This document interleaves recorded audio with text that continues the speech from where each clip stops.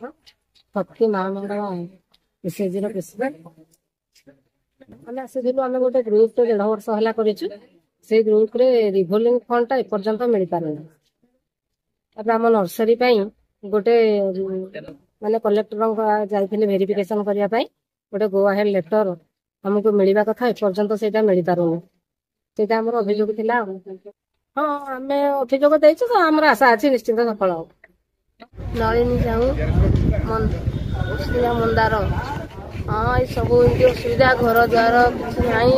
ତାପରେ ମରିଯାଇଛନ୍ତି, ସ୍ୱାମୀ ମରିଯାଇଛନ୍ତି, 6 ବର୍ଷ ହେଲାଣି, ଛୋଟ ଛୋଟ ଛୁଆ 2 ଜଣ। ଆଉ ଚଳିବାକୁ ବହୁତ ଅସୁବିଧା ହଉଛି। ଆଉ ରୋଜଗାର କିଛି ନାହିଁ ବୋଲି ଏ ଯୋଉ ଆସିଥିଲି ଜଣେଇବାକୁ। ଆଜି କ'ଣ କହିଲେ ସାର୍?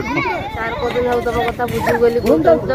କହୁଛନ୍ତି ଯୋଉଠି ରହିଛ ଯାଇକି ଆମେ ବୁଝିବୁ, ତହସିଲ ଅଫିସରୁ ଯାଇକି ଇନକ୍ୱାରି କରିବୁ କୋଉଠି ଅଛନ୍ତି ବୋଲିକି ଫୋନ୍ ନମ୍ବର ଏଇଟା ରଖିଛନ୍ତି। ତାକୁ ଆମେ ପାଠ ପଢିବାକୁ ଟିକେ ଚାହୁଁଥିଲେ କିଛି ସହଯୋଗ ପାଇବାକୁ, ଛୋଟ ଛୁଆ 2 ଜଣ। ମୋର ପ୍ରତି ମାସରେ ଯେମିତି 4ଟି ଅଛି ସୋମବାର, ପ୍ରତ୍ୟେକ ସୋମବାରରେ ଜିଲ୍ଲାସ୍ତରୀୟ ଗ୍ରିଭାନ୍ସ ଜନଶୁଣାଣି ବିଭିନ୍ନ ବ୍ଲକରେ କରାଯାଉଛି।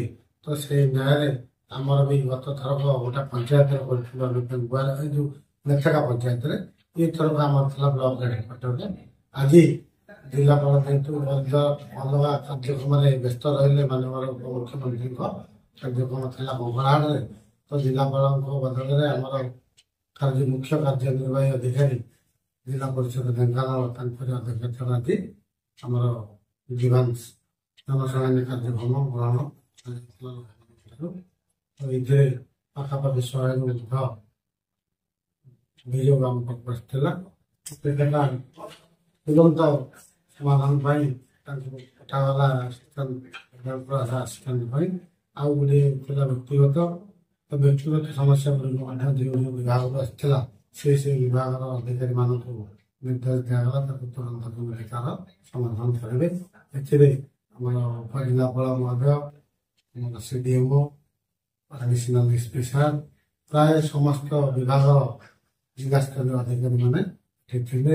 ଆମର ଗଞ୍ଜାର ମଧ୍ୟ ଗୁଡ଼ିଏ ଆମ ବ୍ଲକ ସ୍ତରରେ ଥିବା ବିଭିନ୍ନ ଲାଇନ୍ ଡିପାର୍ଟମେଣ୍ଟର ଅଧିକାରୀମାନେ ଉପସ୍ଥିତ ଥିଲେ।